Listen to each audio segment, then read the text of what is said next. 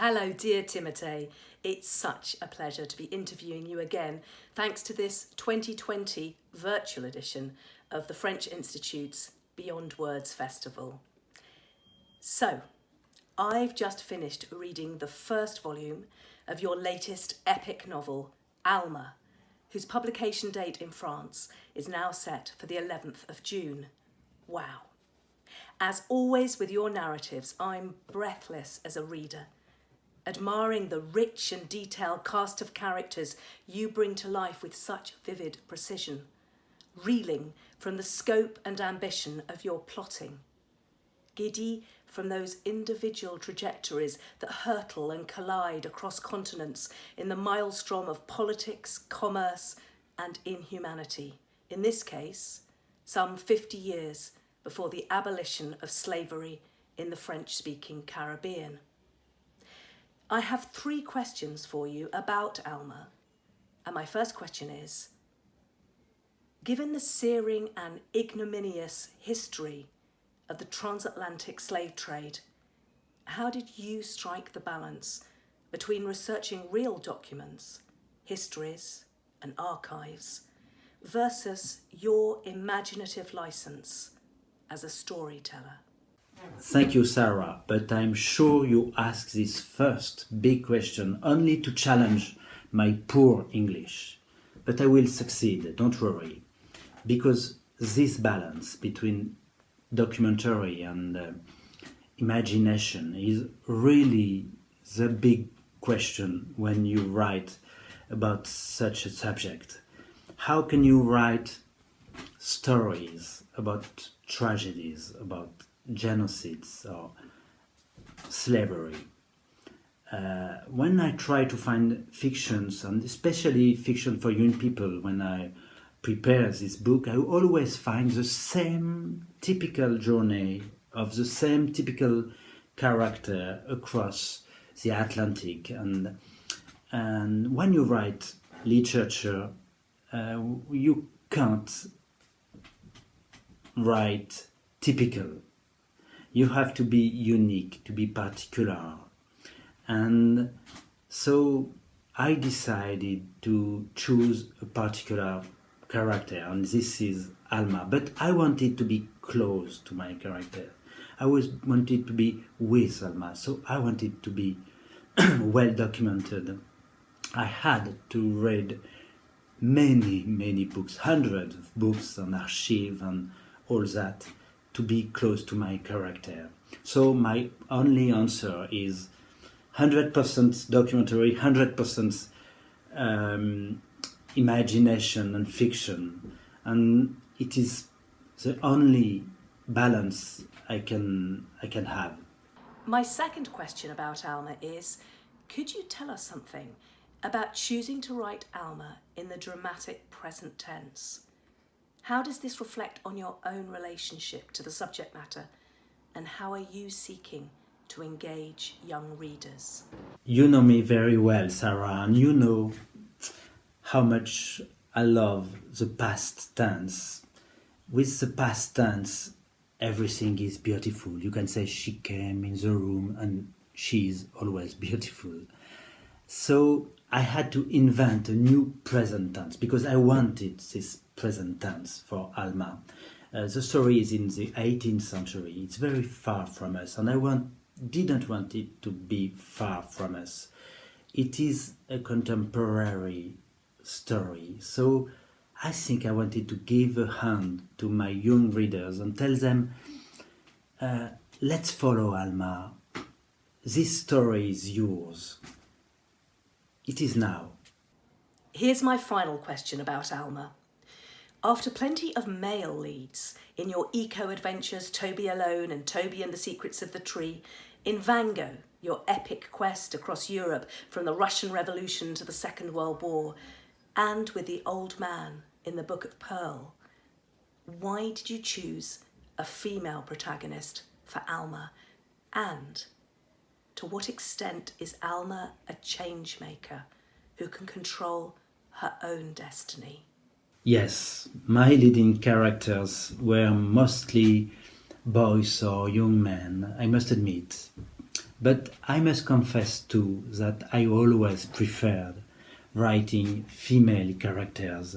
I think Elisha in Toby Alone or Ethel in Van Gogh are largely more interesting than Toby and Van Gogh. For me, a leading character is only a pair of eyes, of arm, of feet to travel in a novel, in a story.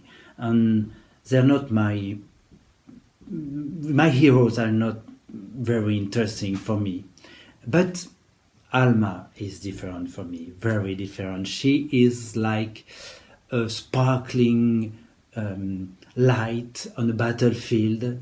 And the key of my project is that in a ruthless world, Alma chooses her destiny. She chooses herself. She decides. Her freedom is in herself. My next question is about Celeste My Planet. I'm always struck by your classic tone, Timothée, by the sharpness of your craft, which results in your writing never dating. And I reckon I can say this, having enjoyed the privilege of translating your work for 15 years now.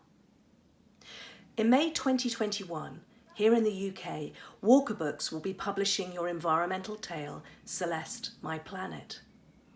This is set in a futuristic world where the ecosystem of the planet is in mortal danger. Greta Thunberg has risen to prominence since you first wrote your tale in French. Her approach is pragmatic, while you harness the power of storytelling and mythology to fire up young minds. In both instances, the future of the planet seems to rest on the shoulders of a young woman. So here's question number 4. If we imagine a young reader discovering Celeste My Planet in 15 years' time, what would they make of it and the world it describes? How do you endeavour to future-proof your writing? Do you think we'll have resolved enough of our pressing environmental challenges in 15 years' time? I'm very concerned, of course, about the situation of our planet, but I'm very optimistic about the possible change we can do and young people can do. When I write, I try to write sustainable stories, sustainable literature. I want my story and not for today, but for tomorrow. In Celeste My Planet, it's a little different. I'd like my book to be very outdated in 15 years. I'd like one day Walker Books or Gallimard, my publishing houses, call me to say me, I'm sorry, but Celeste My Planet, we have to stop publishing this book because young people don't understand what you're talking about, this ecological problem. What is the problem? I would say, okay, let's go. Stop publishing it. I will write another book. I would prefer. So this book, I hope, is not a sustainable book. My final question for you, Timothée, is about your short story, A Swallow in Winter. The 2 world wars, slavery in the French and English-speaking worlds, environmental destruction. Your canvas is urgent, compelling and captivating. Your themes, a violent uprooting and exile, of the loss of enchantment and childhood, of the loss of parents and of family, of holding to a moral compass when corruption appears absolute. All this resonates intimately and deeply. Today, I read an exquisite short story by you, where all of these aspects seem to coincide in the theme of migration, that of birds and of humans. Whereas your pacing as a novelist is gripping to the point of being addictive, this short story is consciously slower paced and poignant. So question number 5, could you tell us a little about how A Swallow in Winter came about? How does it nourish you as a writer to shift gear between your writing styles as a novelist, short story writer, playwright, and screenwriter? You know that in all my books I tried to escape. I want to go anywhere, but not here and today. I want to be in the future, in the past. I don't know, but not now. And for the first time for this short story, A Swallow in Winter, I tried only to open my eyes and to look at the society and the world around me. It was the first time, I think, and it was very interesting. It was hard. You know, short stories are hard to write. You know the famous joke, I made it long because I didn't have time to make it short. And I think I agree with you about, yes, A Swallow in Winter is sometimes intimate as a play, and I'm a playwright, and sometimes it's written like a traveling in a movie, and sometimes it's like a poetic thriller. So soon in Britain, A Swallow in Winter.